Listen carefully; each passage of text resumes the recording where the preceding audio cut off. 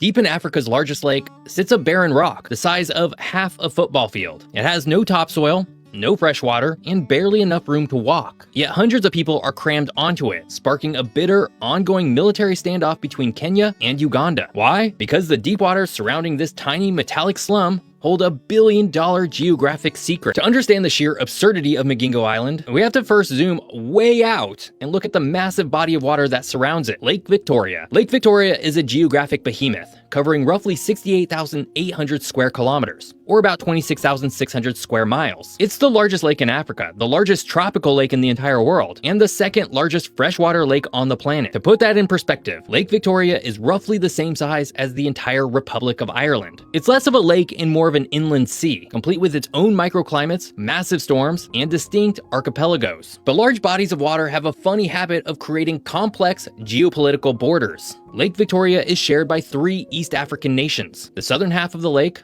about 51%, belongs to Tanzania. The northwestern quadrant, about 43%, belongs to Uganda. Kenya, despite bordering a massive stretch of the lake's eastern edge, claims only a tiny 6% sliver of the water. But here's where things start to get legally and geographically murky. How exactly do you draw a permanent border on moving water? During the early 20th century, British colonial administrators mapped out the borders separating the Kenya colony from the Uganda protectorate. According to the 1926 Order in Council, the official border was drawn as a straight line across the water, pointing towards specific geographic landmarks on the mainland and islands. On paper, it seemed like a perfectly logical way to divide a lake. However, straight lines drawn on colonial maps rarely translate perfectly to the physical realities of the natural world. And hiding right along that invisible, poorly defined maritime border, deep inside that tiny 6% Kenyan sliver of the lake, was a cluster of rocks that no one at the time thought twice about. This is where we find Magingo. Magingo Island is located just off the eastern shore of Lake Victoria. The nearest mainland is Muhuro Bay in Kenya, which is roughly a 2-hour boat ride away depending on the weather. From the water, the island looks like an anomaly. It doesn't feature the gentle sloping beaches or lush vegetation of the other islands in the region.